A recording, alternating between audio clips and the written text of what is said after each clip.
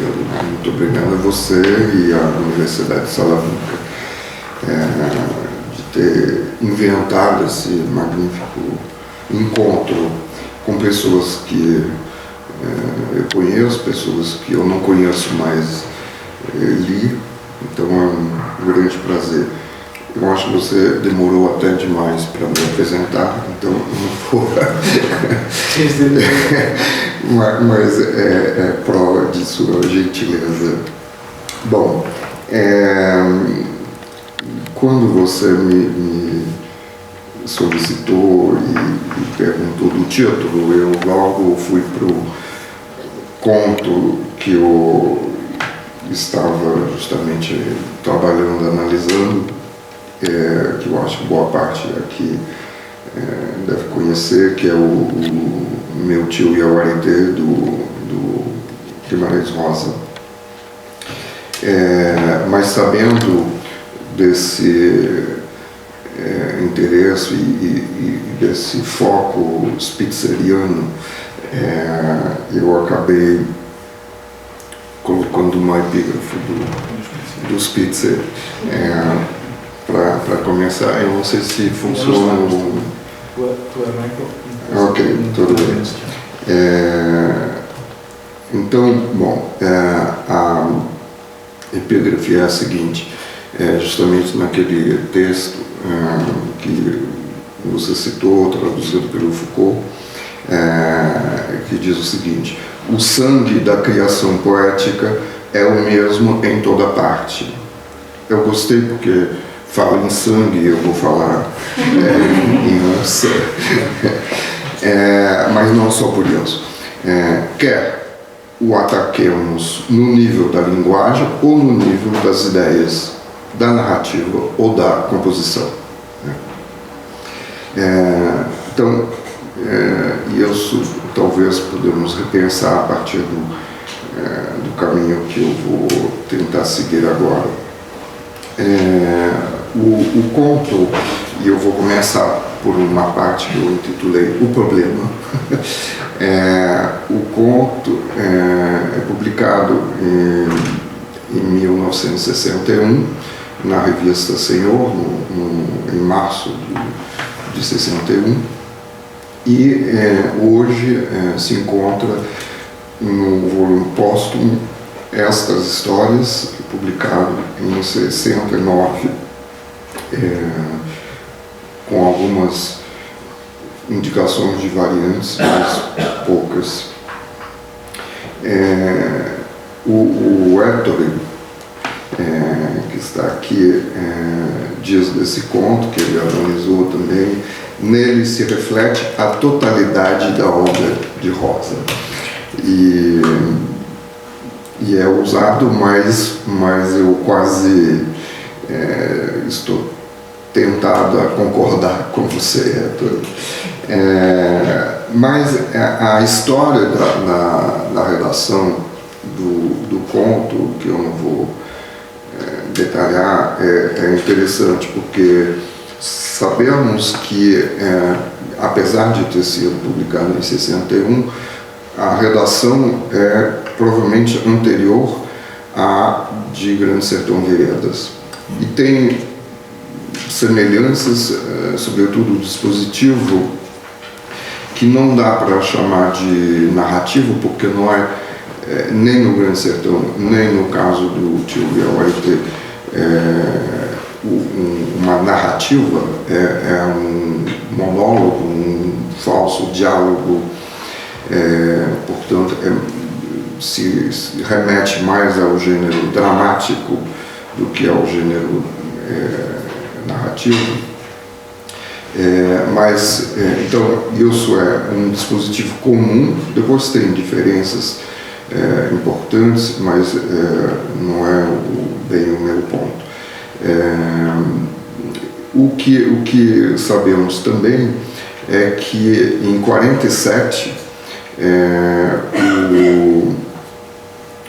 o Guimarães Rosa vai escrever para o pai, em março de 47, pedindo-lhe que envie por escrito, citação da carta, histórias e fatos sobre a vida no sertão com as palavras pronunciadas pelas pessoas, porque está escrevendo outros livros e imaginando histórias ambientadas no sertão. E no final desse ano, quer dizer, no meio de 47, ele faz uma viagem ao Pantanal, onde vai, entre outras coisas, encontrar com não só caçadores, mas zagaieiros, né? E bom, vocês podem encontrar o detalhe dessa descrição do relato que ele faz também numa outra carta ao pai, de um encontro com um zagaieiro em especialmente que foi convidado por caçadores norte-americanos a acompanhá-los numa caça. Ele estava temendo a viagem de avião e os americanos fizeram beber bastante uísque e ele acabou aceitando essa viagem. Parece anedótico, mas sabendo que o onceiro da nossa história bebe muito durante a fala, não uísque, mas cachaça, é tentador imaginar que há um gancho, digamos, uma inspiração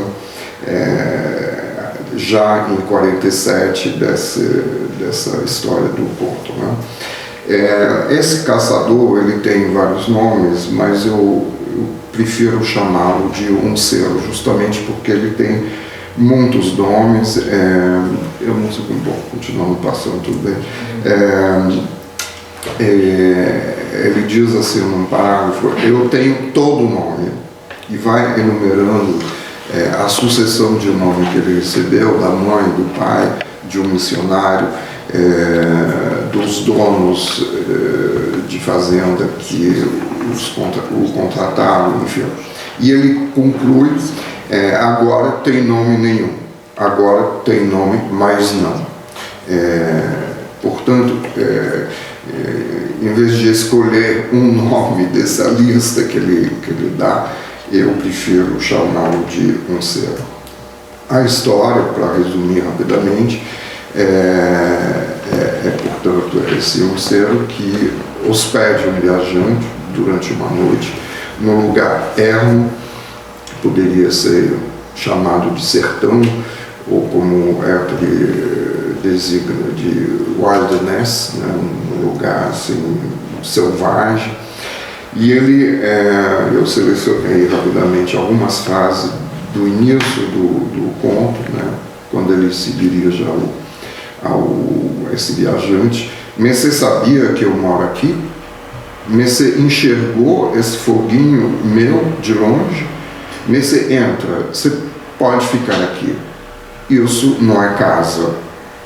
Então é a forma dele receber esse viajante. Como eu disse, ele fica bebendo muita cachaça de primeira qualidade que o viajante traz com ele, e ele fica falando a noite toda, feito uma Sherazade, mas não para se salvar, mas parece que para hipnotizar o seu hóspede.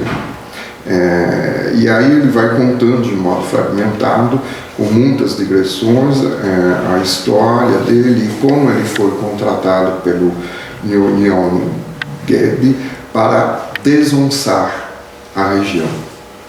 Mas o leitor vai entender e perceber ao longo da fala que ele renunciou a desonçar e que ele resolveu desumanizar essas bandas. Ele vai matando, e eu sou uma leitura minha, mas que vários fizeram, né? Vai matando homens pecadores, cada um representando um pecado. Pois bem, esse conto é muito rico, mas eu queria entrar pela questão da metamorfose. Já que o ensaio pioneiro de 62 do Haroldo de Campos enfatiza essa questão da metamorfose, um ensaio chamado A Linguagem do Yaguareté, e ele diz assim: aqui neste Yaguareté a prosa incorpora o momento mágico da metamorfose. Como queria Paulo no projeto de seus cantares, ele se faz o âmbito ovidiano onde se cumpra a metamorfose em ato. Então, não é a história que cede o primeiro plano à palavra, mas a palavra que, ao irromper em primeiro plano, configura personagem e ação, devolvendo a história. E ele continua em outro momento do ensaio, dizendo: a transfiguração se dá isomorficamente no momento em que a linguagem se desarticula, se quebra em resíduos fônicos que soam como um rugido ou como um estertor. Bom, eu vou pular a citação, mas dessas considerações do Haroldo de Campos podemos extrair três elementos. O primeiro, que ele considera que acontece no conto uma metamorfose do homem onceiro em onça. O segundo ponto é que essa metamorfose se manifesta pela desarticulação da linguagem e a reação do hóspede, porque ele aponta também o fato do hóspede tirar o revólver, né, e ameaçar o onceiro. E o terceiro elemento dessa leitura do Haroldo é que essa metamorfose ela se dá no final do conto, quase no último parágrafo do conto. E aí começam os problemas, porque eu acho que há vários elementos que desmontam essa leitura do Haroldo, que, por ser pioneira e também reescrita, na verdade, porque a versão publicada no livro Metalinguagem e Outras Metas é bastante ampliada, reescrita, e, enfim, a questão do pioneirismo pode ser discutido, mas, sobretudo, há algumas evidências de incoerência ou de contradição, me parece, na proposta do Haroldo, que, por ser pioneiro, talvez, se impôs a muitos críticos, né? Então, as minhas questões em relação a essa temática da metamorfose seria: teria havido uma metamorfose de fato? 2, de que natureza seria essa metamorfose? E 3, quando ela teria se realizado no conto? E aí eu passo não para a solução, mas para a discussão. Na verdade, no conto aparecem vários momentos que indicam já metamorfoses anteriores àquela do final, né? Por exemplo, na minha edição, que é da Nova Fronteira, ele vai dizer: eu sou onça, eu onça. Fórmula que ele vai repetir 10 páginas depois, eu, onça. Né? Então, é verdade que o problema aí é o traço, né? Qual é o significado desse traço? Eu, onça. Né? Ele é onça, enfim, é uma questão. Mas já indica uma relação fusional, digamos, entre o homem e o animal.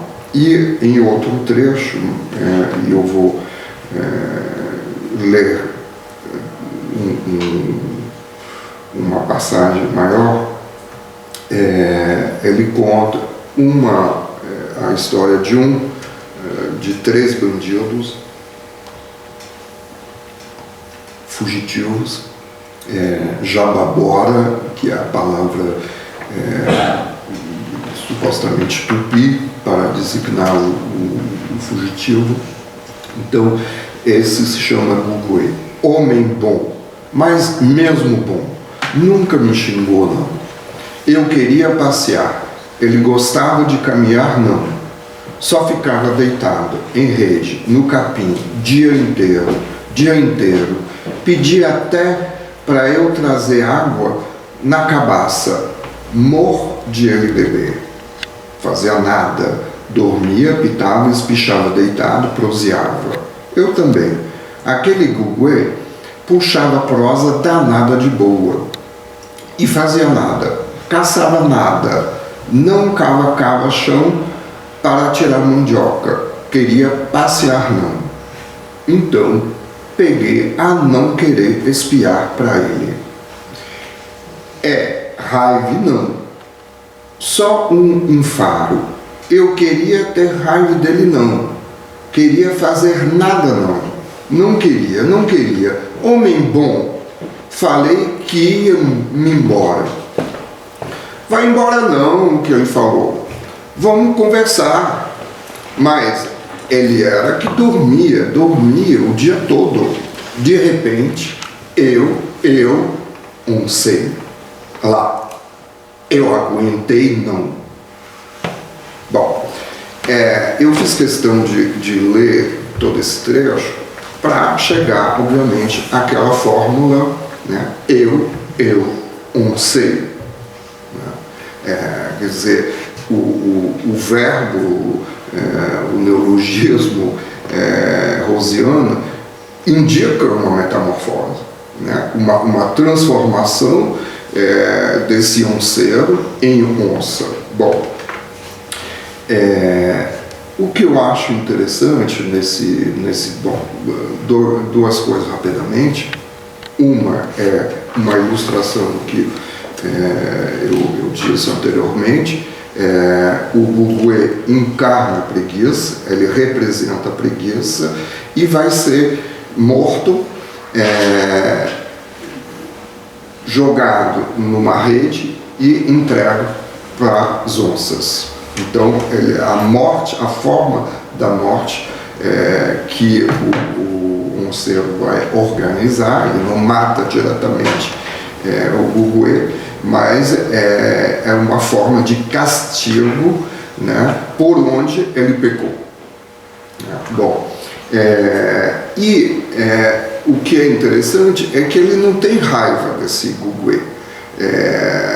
Apenas de repente, né, ele muda de atitude, de relação, porque ele não suporta essa pessoa o tempo todo deitado na rede. E ele diz assim: eu queria ter raiva dele não, né? Mas como ele queria dormir, de repente eu não sei, né? Quer dizer, essa repetição e essa presença do pronome sujeito para mim fundamental, porque ela indica uma dificuldade do onceiro a dizer que ele onçou. Ele está gaguejando até chegar à expressão né, da transformação, e depois vamos ver a questão, o que significa essa transformação, mas por enquanto eu só queria chamar a atenção pelo fato de que no texto nós vamos encontrar vários momentos de possível metamorfose, né? Então, situar a metamorfose apenas no final, eu acho assim, discutível, complicado, né? Voltando ao Harold Campos, eu vou citar o final do ensaio. Experiência que poderia assumir como leme, entendendo em sua máxima literalidade e radicalidade, o primeiro verso das Metamorfoses de Ovídio. E eu vou me poupar o latim e vou na tradução do Harold. Quero falar das formas mudadas em novos corpos. Então, essa referência ao vídeo indica exatamente uma certa concepção da metamorfose. Na verdade, a pessoa continua existindo, né? O ser continua, mas através de um outro corpo. Ele muda de corpo. Há uma continuidade do ser e uma transformação do corpo. Será que é isso que acontece no caso do Oncero? Que ele se transforma, o corpo se torna Yaguareté, se torna onça? Essa é uma possibilidade de interpretar a metamorfose, né? A outra possibilidade de leitura é uma sugerida ou proposta pela Valnice Nogueira Galvão no outro ensaio importante, Um Impossível Retorno, em que ela aponta na direção do totemismo. Então, aí a relação homem-animal é completamente diferente. Ela não supõe uma transformação de corpos, né? Mas uma relação que antropólogos como Lévi-Strauss vão discutir, essa noção do totemismo do Lévi-Strauss, como bem ensinou a Fernanda, é muito contestada, né, no Lévi-Strauss, mas então a Valnice diz assim: não pertence à raça branca. Ela coloca essas palavras imaginárias na boca do Oncero, né? A raça branca do meu pai, pertenço ao clã tribal de minha mãe, cujo totem é a onça. A onça, sendo o totem do clã tribal da minha mãe, é meu ancestral, meu antepassado, minha origem, e a ele, e aí volta a voz da Valnice, a ele regresso, a ele regresso a onça, né? Portanto, essa transformação em onça seria um regresso à ancestralidade do Oncero. Bom, essa é outra possibilidade. Quando eu falei em contradições ou incoerências, eu pensava numa nota que Harold de Campos provavelmente acrescenta na reformulação do ensaio. Infelizmente ele acrescenta, eu diria, eu acho que ele está pensando em enriquecer, mas ele introduz uma contradição, né, dizendo que os rugidos de morte do homem-onça se resolvem também aqui e ali em significados. Então, é rugido ou é significado? Né? E ele explica: Ré-Moacir, por exemplo, pode ser visto como uma montagem de Ré, amigo, e Moacir, meio-irmão. Ré-Yuká nascer pode ser desdobrado em Ré, amigo, e Yuká, matar, e a nascer, quase parente. O homem-onça, vendo-se perdido, apela para seu interlocutor, porém já em língua de jaguar, não é língua de jaguar, é tupi. Ele está dizendo que é tupi.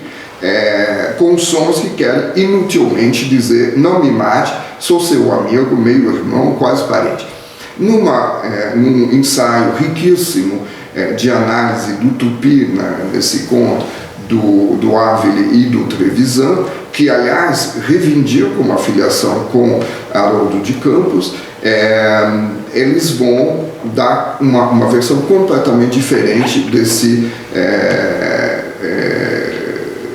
Remoissi e dessa outra palavra. Mas eu acho que bom, provavelmente o Haroldo errou, improvisou, mas não é o ponto principal da minha crítica ou da minha releitura ou da minha discussão.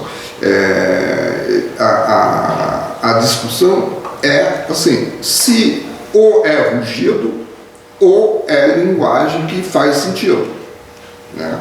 E pelo visto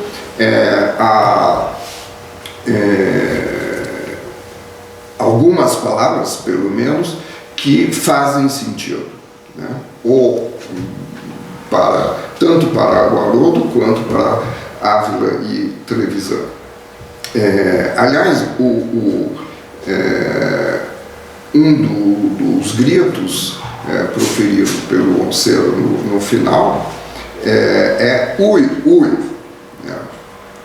Eu já recebi vários tiros e eu nunca gritei ui, ui. A rigor, quem me cutucava com zagaia, eu dizia ui, ui, né? Mas recebendo bala, né? Mais do que ui, ui. Bom, ok.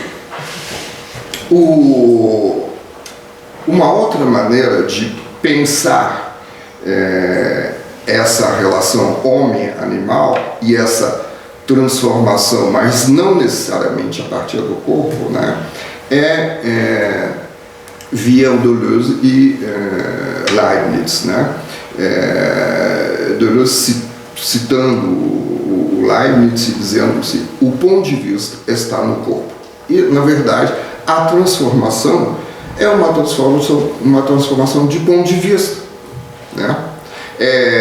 Mais do que onça, o oncero já se tornou e está se tornando naquele final do conto predador. Ele incorpora o ponto de vista da onça, né? Portanto, o ponto de vista está no corpo, né? E o corpo, assim, de um modo imaginário, há de ser o corpo da onça, né?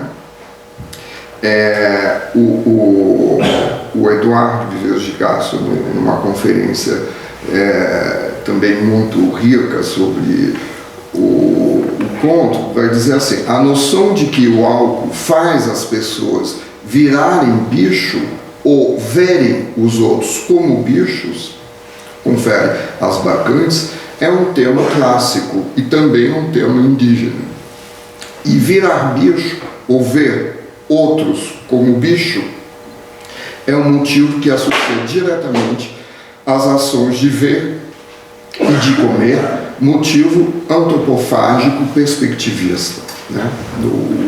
A conferência que se encontra online é Rosa e Clarice, a Fera e o Fora. Então, estamos entrando numa outra linha de leitura que não fala mais em metamorfose, mas em devir índio, em devir animal, né? E aí volto ao Deleuze. Ok. Bom, é uma citação longa, mas eu vou ler só trechos, né, do Le Plateau. Devir não é imitar algo ou alguém, né? Identificar-se com ele, tampouco é proporcionar relações formais. Portanto, essa leitura, ela entra assim, em contradição com a ideia ovidiana e haroldiana de metamorfose, né? Devir é, a partir das formas que se tem, do sujeito que se é, dos órgãos que se possui, ou das funções que se preenche, extrair partículas, entre as quais instaurarmos relações de movimento e repouso, de velocidade e lentidão. É nesse sentido que o devir é o processo do desejo. Não reintroduz analogia alguma, ele indica o mais rigorosamente possível uma zona de vizinhança ou copresença de uma partícula, o movimento que toma toda a partícula quando entra nessa zona, né? Então, eu chamo a sua atenção porque, na verdade, essa noção de dever animal se encontra também muitas vezes nos comentários críticos desse conto, mas temos que escolher, ou é metamorfose e transformação de corpos, ou devir, né? O Deleuze, e eu vou terminar as citações, no livro Diálogos com Claire Parnet, vai voltar sobre a distinção, né, esse conceito de devir, dizendo jamais imitar, nem fazer como, nem ajustar-se a um modelo, seja ele de justiça ou de verdade. Não há um termo de onde se parte, isso é muito importante. Não há um termo de onde se parte, nem um ao qual se chega ou se deve chegar. No caso da metamorfose, ao ponto de partida do homem, ao ponto de chegar no animal, onça, né? Tampouco dois termos que se trocam, né? Os devires não são fenômenos de imitação nem de assimilação, mas de dupla captura, de evolução não paralela, núpcias entre dois reinos. As núpcias são sempre contra a natureza, as núpcias são o contrário de um casal. Já não há máquinas binárias, questão-resposta, masculino, feminino, homem, animal, etc. Bom, e a minha terceira parte vai ser um slide só, assim, lançando discussão, que eu chamei epílogo, volta à nossa posição de leitores, né?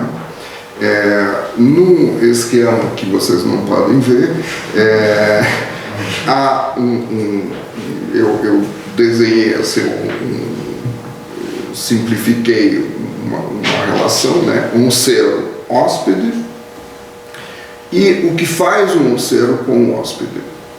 Ele conta, né? Ele fala, né?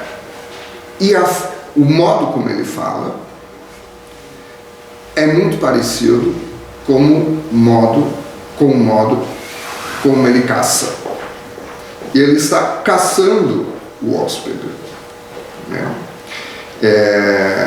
Bom, deixando aberto a questão metamorfose, devir, do lado do onceiro, né? Acontece que o final é muito enigmático, né? Há muitas leituras que consideram que o hóspede mata o onceiro, né? Há uma gravação do conto, uma leitura do Lima Duarte, em que você até ouve o tiro dado pelo hóspede, né? O Eduardo Viveiro de Castro tem uma proposta que eu acho mais adequada ao texto, porque o texto não diz nada, simplesmente interrompa a narrativa. Daí, possivelmente, concluir que o onceiro morreu. Mas ele diz, na verdade, esse final é como uma imagem congelada no cinema, né? Então, quem matou, quem devorou, o outro atirou, questão, né? De modo que esse movimento de caça eu represento com uma seta na direção hóspede, onceiro. E eu acho, usando agora, me valendo do sangue do Spitzer, eu acho que o dispositivo enunciativo ajuda, quer dizer, pode se refletir ou ser equivalente do mesmo sangue, né, que a enunciação. Né? Ou seja, no lugar do onceiro, o Guimarães Rosa, no lugar do hóspede, nós, leitores. Né? O Guimarães Rosa conta, e será que o Guimarães Rosa caça? Né? Caça como um predador, uma presa, querendo levar a presa em algum lugar? Essa é uma questão.